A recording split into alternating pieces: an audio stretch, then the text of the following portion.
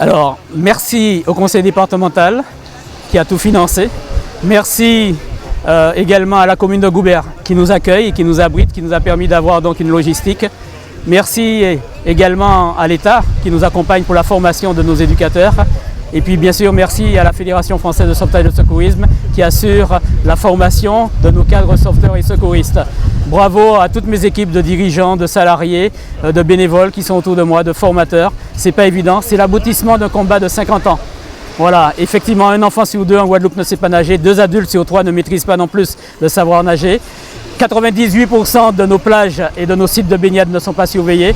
Nous sommes heureux aujourd'hui que la première base départementale de sauvetage et de secourisme, à l'initiative du Cercle des nageurs de la région de Basse-Terre, soutenu par le comité départemental de sauvetage et de secourisme de la Guadeloupe, puisse permettre donc non seulement à cette plage de Rivière-Sens de vivre et de fonctionner, mais également à l'ensemble de 40 000 enfants du sud Basse-Terre de pouvoir apprendre à nager, à sauver, à secourir.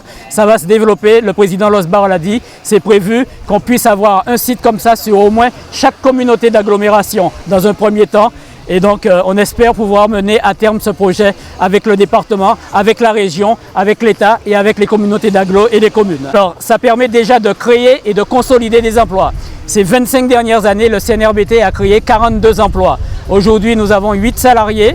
Donc nous avons besoin de consolider cela puisque nous sommes présents en mer, mais nous sommes aussi présents en piscine.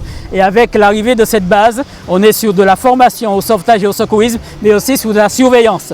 Donc cette base va être expérimentale. Dans un premier temps, nous allons assurer des surveillances pendant les petites et les grandes vacances scolaires sur des créneaux où nos salariés seront présents, puisque pendant l'année scolaire, ils travaillent avec les écoles, mais pendant la période périscolaire, les petites et grandes vacances, il faut leur trouver des heures. 35 heures, c'est pas évident à trouver. Donc ce complément d'heures permettra d'assurer la surveillance donc dans le cadre de leur travail de la plage de Rivière-Sens. Le matin, nous serons en piscine et l'après-midi, nous serons sur la plage selon un cadre qui sera strict et bien sûr réglementé avec des indications qui seront bien précises et un cahier des charges extrêmement donc draconien.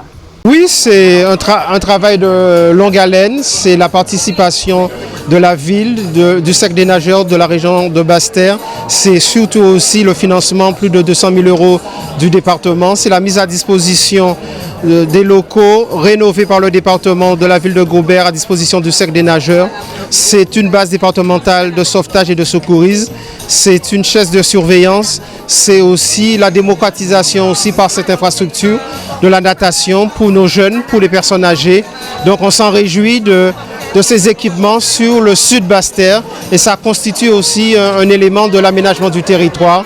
Ça intègre également aussi le développement économique au-delà de la marina, les restaurants, artisans, commerçants. Ça permet aussi la carrière, ça permet aussi de donner de la visibilité à Goubert. Et c'est en ce sens que ce développement est significatif et qu'il faut aller dans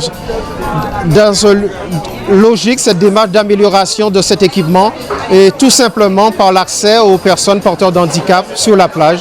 Et je pense qu'on aura fait le tour, même s'il y a d'autres projets comme le plan Océane de la région, la piste cyclable. Donc il y a énormément de projets et tout l'aménagement qu'on a vu encore aujourd'hui avec les partenaires, l'aménagement du bord de mer avec les 50 pas géométriques. C'est le soutien, c'est surtout, il faut avoir de la volonté, mais avec un partenaire privé, mais aussi les soutenir et aussi créer des liens formels et informels. Et c'est en ce sens que nous avançons ensemble parce qu'on a un intérêt commun et le développement de notre territoire et aussi l'accès encore plus facile à la natation à nos jeunes. Et nos jeunes, ce sont nos enfants et aussi sans ignorer les porteurs d'handicap et aussi les personnes, les seniors. Donc c'est dans cette logique, ce dénominateur commun qui nous réunit et qui nous permet d'aller ensemble et contribuer au développement de notre territoire. Très grande satisfaction puisqu'on a inauguré aujourd'hui la base départementale de sauvetage et de secourisme. C'est un lieu indispensable et c'est aussi l'occasion pour moi de saluer le travail qui est réalisé par l'association CRBTP avec son président Prosper au Congrès. Et au-delà du sauvetage et du secourisme, c'est un lieu d'apprentissage, de formation, de nage, de natation et de sport. Donc le département a fortement contribué en termes d'équipement pour sécuriser les lieux aussi, puisque si on parle de sauvetage, il fallait que les lieux soient sécurisés pour les enfants et en termes d'équipement. Donc, avec la détermination, l'engagement que nous connaissons du président Prosper au Congrès, nous sommes convaincus que c'est une très bonne chose. Et ce que je souhaite en tant que président du département, c'est de pouvoir dupliquer cela sur d'autres territoires de la Guadeloupe. Oui, c'est du concret puisque les équipements sont là. On a pu voir les enfants en situation. J'ai cru comprendre qu'il va y avoir 200 enfants cet après-midi.